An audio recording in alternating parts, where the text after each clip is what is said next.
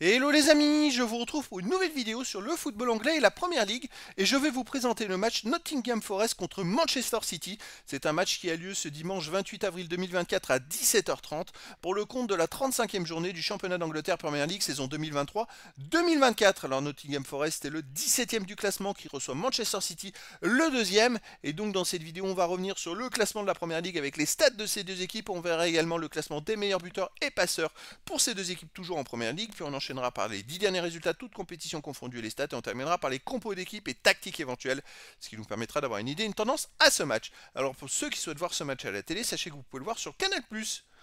Donc au classement, on a donc Nottingham Forest qui est 17ème de Première Ligue avec 26 points en 34 matchs, 7 victoires, 9 nuls, 18 défaites, 42 buts marqués, 60 encaissés, moins 18 de différence de but. Et ben, ils sont vraiment très mal classés et ils ont besoin de prendre des points absolument pour se maintenir. C'est vrai que c'est une saison compliquée pour eux et donc ça va être quand même compliqué de prendre des points aussi contre Manchester City qui est deuxième avec 67 points en 33 matchs, 23 victoires, 7 nuls, 3 défaites, 80 buts marqués, 32 encaissés, plus 48 de différence de but. Manchester City est à un point du premier Arsenal, mais à un match en retard. Alors s'ils gagnaient le match en retard, il faut être premier. En cas de match nul, ils seraient deuxième au goal average. Donc ils ont besoin aussi de gagner, mais aussi d'essayer d'avoir un bon goal average. Au niveau des meilleurs marqueurs, alors pour City, on a le meilleur marqueur de première ligue qui est Haaland avec 20 buts. Après, on a Foden 16 buts. On a Wood de Nottingham Forest 12 buts. Pour City, Alvarez est à 9, Rodri 7. Awoniyi, Nottingham Forest est à 6, Silva de City 6. Après pour Nottingham Forest, on a Hudson-Odoi, Elanga et Gibbs-White avec 5 buts. Et après il y a des joueurs à 4-3-2, un but pour les deux équipes. Pour les meilleurs passeurs, on a Alvarez de City avec 9.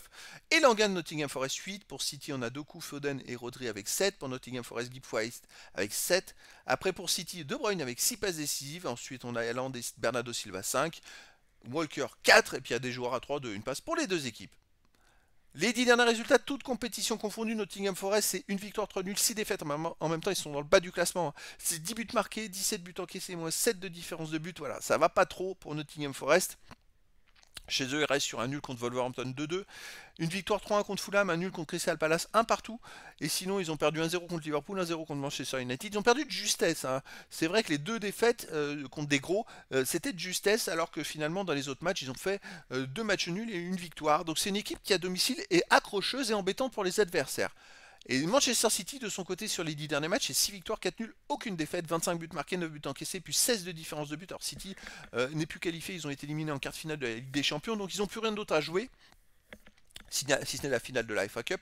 Mais voilà, ils restent sur des séries de matchs maintenant où ils vont jouer que la gagne. Ils vont pouvoir se reposer la semaine puisqu'ils n'ont plus la Ligue des Champions.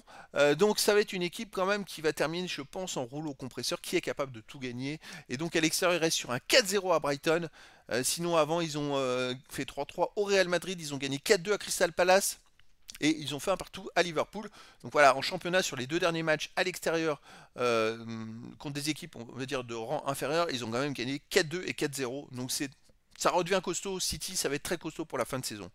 Au niveau des compos d'équipe et tactique, alors pour Nottingham Forest, on aurait du 4-2-3-1 avec gardien Sells, défense Williams, Niakate, Murillo, Eina, milieu de terrain défensif, Yates et Danilo, milieu offensif, et ailier Elanga, Gibbs-White et Dominguez, et attaquant Wood. Et pour Manchester City, on aurait du 3-2-4-1 avec gardien Moraes, défense Guardiola, Diaz, Walker, milieu de terrain défensif, Rodri et Stones, milieu offensif et ailier Grealish, Silva, De Bruyne, Foden et attaquant Alvarez. Donc voilà les amis, le décor est planté entre ces deux équipes. Bon, il n'y a pas le choix pour City, il faut absolument gagner s'ils veulent espérer être champions. Et d'autre côté, Nottingham Forest a besoin aussi de gagner mais bon, il reste encore trois matchs après. Mais voilà, ils auraient besoin des 3 points aussi de la victoire. Donc je vous donne rendez-vous ce dimanche 28 avril 2024 à 17h30 pour le match de la 35e journée du championnat d'Angleterre Première Ligue saison 2023-2024. Nottingham Forest, le 17e du classement, reçoit Manchester City, le deuxième. Voilà les amis, je vous dis à très bientôt pour une nouvelle vidéo.